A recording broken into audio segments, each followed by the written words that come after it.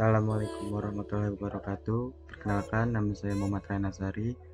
Saya dari kelas 2C Game Teknologi, NIM 20210059. Saya dari kelompok 6 yang beranggotakan Muhammad Said Hafiz Hamzah, Muhammad Khalid Al-Falah, dan Indah Siswanto. Di sini saya kebagian menjelaskan tentang materi kekuasaan menurut para ahli dan kekuasaan interpersonal. Yang pertama, kekuasaan para ahli. Yang dari kekuasaan para ahli itu pertama itu menurut Max Weber. Max Weber mendefinisikan kekuasaan sebagai suatu kemampuan untuk melakukan apa yang diinginkan walaupun harus melawan kondisi sosial atau komunitas. Kekuasaan menurut Weber memiliki sifat egois dalam suatu kelompok. Hal ini disebutkan pada bukunya yang berjudul Wirtschaft und Gesellschaft yang terbit tahun 1992.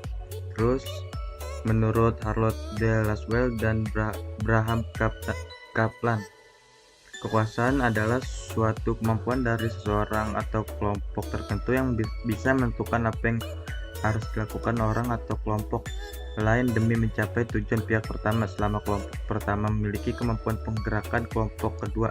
Artinya adalah kekuasaan di situ. Yang ketiga, menurut Barbara Goodwin, pengertian kekuasaan menurut Barbara Goodwin adalah kemampuan seseorang untuk membuat orang lain bertindak atas kehendaknya atau memaksa seseorang untuk melakukan sesuatu yang bukan atau bertentangan dengan keinginannya. Terus pengertian kekuasaan menurut Miriam Budiarjo, kekuasaan setelah kemampuan yang dimiliki seseorang atau kelompok untuk bisa mempengaruhi tingkah laku orang lain atau kelompok sehingga tingkah lakunya tersebut dapat sesuai dengan tujuan orang atau kelompok yang berkuasa.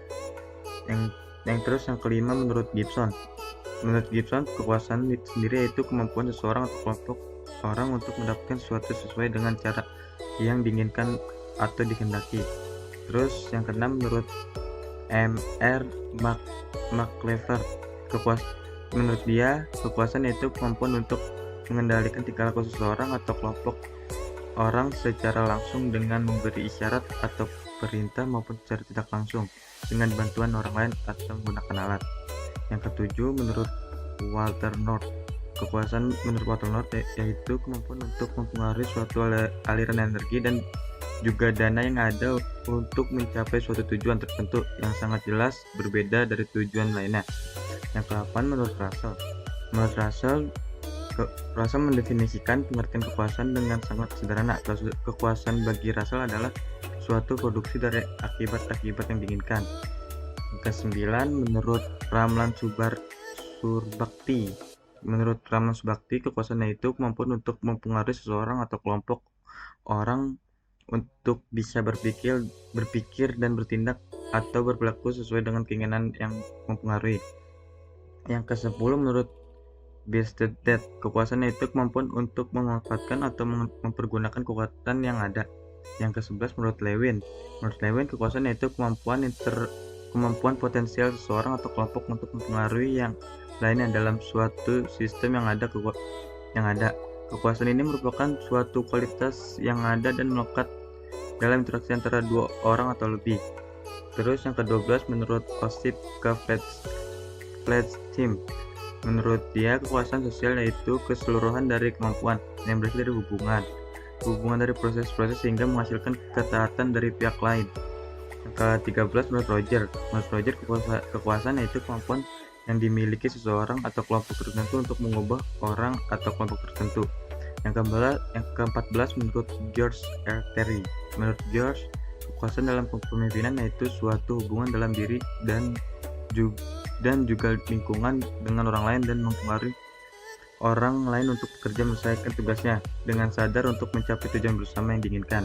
Yang ke-15, menurut Ordway Tate. Menurut Ordway, kekuasaan dalam kepemimpinan yaitu kemampuan sebagai perpaduan perangai seseorang sehingga mampu mendorong orang-orang atau pihak lain menjalankan tugasnya. Yang ke-16, menurut Ross Blake. Menurut Ross, kekuasaan dalam kepemimpinan yaitu proses mempengaruhi aktivitas atau kegiatan dalam sebuah kelompok. Yang ke-17, menurut Gaskan, menegaskan kekuasaan dalam kepemimpinan yaitu peningkatan pengaruh secara perlahan pada dan berada di atas kepatuhan dalam mekanisme terhadap pengarahan tertentu. Yang terakhir, menurut Surjono Sukanto, kekuasaan wewenang yaitu hak yang dimiliki oleh seseorang atau kelompok orang terhadap suatu hal. Dan selanjutnya, materi tentang kekuasaan interpersonal. Sebelum masuk materi tentang kekuasaan internasional, sebelumnya saya akan menjelaskan apa itu kekuasaan. Kekuasaan adalah kemampuan untuk bertindak atau memerintah sehingga dapat menyebabkan orang lain bertindak. Pengertian di sini harus mewakili kemampuan untuk membuat keputusan mempengaruhi orang lain dan mengatasi pelaksanaan keputusan itu.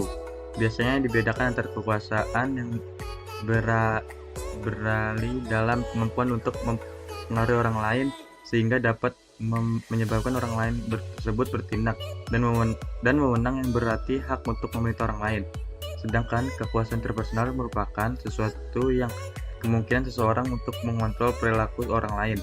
Kekuasaan dalam hubungan interpersonal akan lebih mudah dikenali dalam sebuah diskusi dengan menggunakan prinsip yang menjelaskan bagaimana kekuasaan beroperasi dalam hubungan interpersonal dan menawarkan wawasan mengenai bagaimana Anda dapat lebih efektif mengelola kekuasaan. Sekian dari saya. Wassalamualaikum warahmatullahi wabarakatuh. Assalamualaikum warahmatullahi wabarakatuh. Nama saya Muhammad Khalid Alfala dari kelas 2C Gametech. NIM saya 202100056. Saya di sini kedapatan untuk menjelaskan materi tentang pengaruh kekuasaan dalam komunikasi antar pribadi dan prinsip-prinsip kekuasaan hubungan interpersonal. Yang pertama, pengaruh kekuasaan dalam komunikasi antar pribadi. Yang satu, kekuasaan dapat mempengaruhi apa yang Anda lakukan, ketika Anda melakukannya, dan dengan siapa Anda melakukannya. Yang kedua, kekuasaan juga dapat mempengaruhi pilihan Anda dalam hubungan dengan teman, hubungan romantis, hubungan keluarga, dan hubungan di tempat bekerja. Yang ketiga, kekuasaan juga mempengaruhi seberapa sukses Anda merasakan hubungan itu. Dan yang keempat, kekuasaan juga dapat menimbulkan makna seksi bagi perempuan dan laki-laki. Yang kedua, prinsip-prinsip kekuasaan dalam hubungan interpersonal. Yang satu, beberapa orang lebih berkuasa daripada yang lain. Beberapa orang dilahirkan ke dalam kekuasaan dan beberapa dari mereka yang tidak dilahirkan dalam kekuasaan. Namun mereka belajar untuk mendapatkan kekuasaan itu. Kekuasaan biasanya berbentuk hubungan, dalam arti bahwa satu pihak yang memerintah dan ada pihak yang diperintah. Satu pihak yang memberi perintah dan satu pihak yang mematuhi perintah. Tidak ada persamaan martabat, selalu yang satu lebih tinggi daripada yang lain dan selalu ada unsur paksaan dalam hubungan kekuasaan. Yang kedua, kekuasaan dapat dibagi. Beberapa orang berpendapat bahwa kekuasaan harus dijaga. Membaginya dengan orang lain, maka kita telah menghilangkan sebagian kekuasaan kita. Namun sebagian orang berpendapat bahwa dengan membagi kekuasaan, dengan memperdayakan orang lain, maka sebenarnya kita telah menumbuhkan atau menambah kekuasaan kita. Yang ketiga, kekuasaan dapat meningkat atau menurun. Anda dapat mempelajari teknik-teknik negosiasi dan meningkatkan kekuatan Anda dalam situasi kelompok. Anda dapat mempelajari prinsip-prinsip komunikasi dan meningkatkan daya persuasifnya. Namun kekuatan juga dapat menurun. Mungkin cara yang paling umum turunnya kekuasaan atau kekuatan kita adalah dengan gagal mengendalikan perilaku.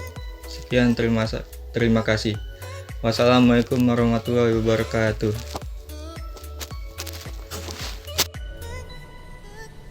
Assalamualaikum warahmatullahi wabarakatuh.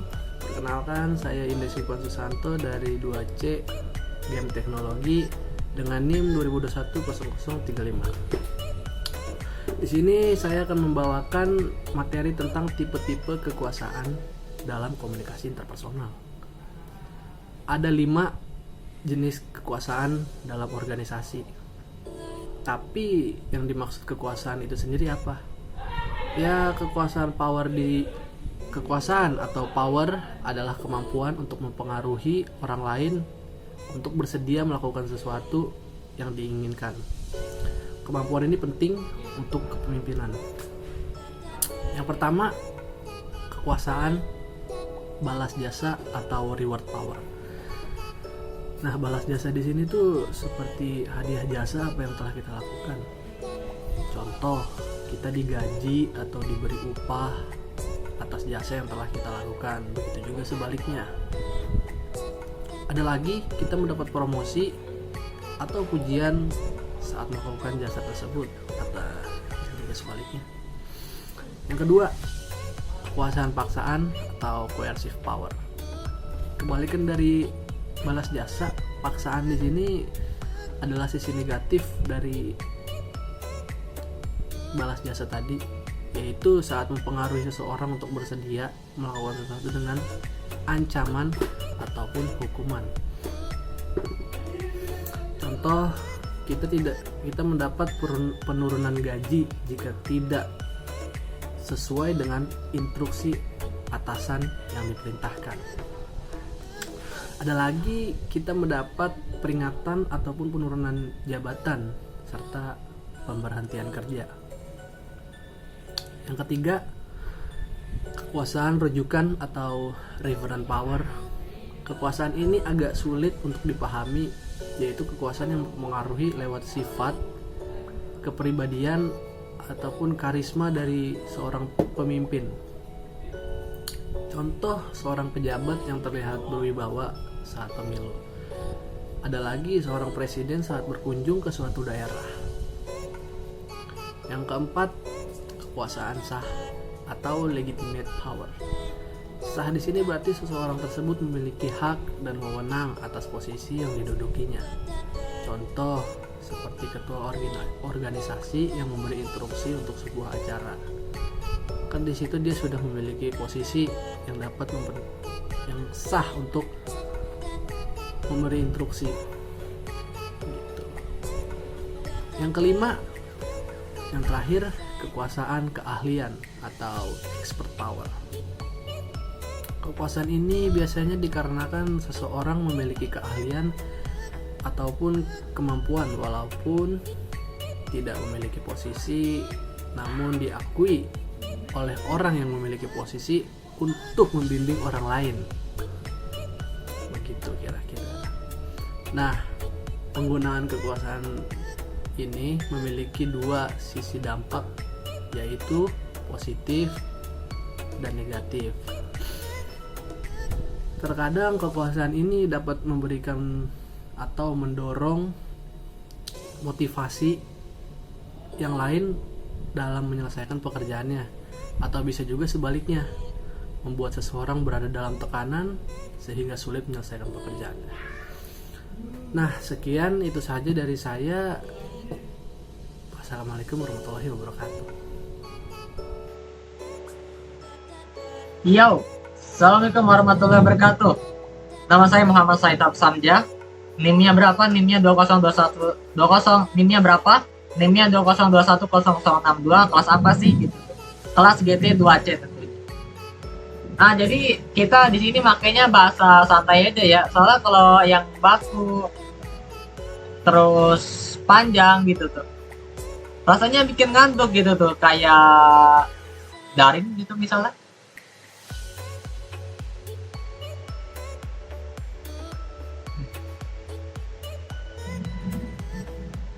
Nah, jadi kita sekarang bakal ngebahas tentang mata kuliah yang saya sukain gitu.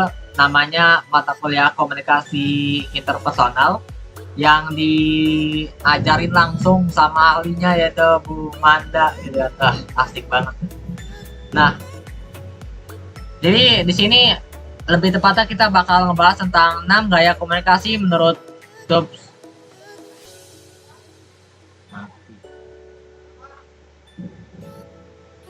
Ini horor banget ya suasananya, tadi mati lampu, tapi kita lanjutkan untuk tugas. Tetap semangat karena yang ngajar Bu Manda. Asik. Jadi Kali ini materi kita tentang materi komunikasi interpersonal, lebih tepatnya tentang 6 gaya komunikasi menurut Tubb dan Moss tahun 2008. Nah, ini cocok banget nih buat kalian-kalian yang suka banyak omong, suka berkomunikasi dengan orang lain. Kalian harus tahu nih 6 gaya ini supaya komunikasi kalian makin bagus. Yang pertama itu ada yang namanya the controlling style. The controlling style ini jadi si pemberi pesan lebih cenderung memerintah dan istilahnya gak mau nerima feedback dari lawan bicaranya gitu. Kalau misalnya nerima feedback juga, itu dia buat kepentingan pribadi gitu tuh. Wah,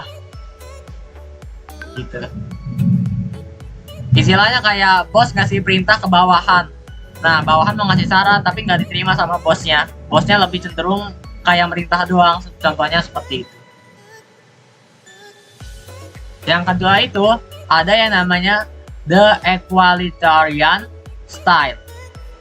The equalitarian style ini istilahnya two-way communications. Kalau misalnya yang the controlling style itu one-way communication, tadi saya lupa nyebutin, gitu kan. Kalau yang equalitarian ini two-way communications.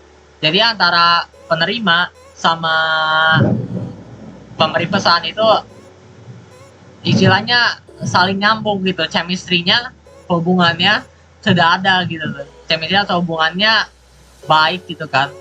Kayak si bosnya mau nerima saran dari bawahannya, tapi dia juga tetap ngasih perintah gitu tuh contohnya.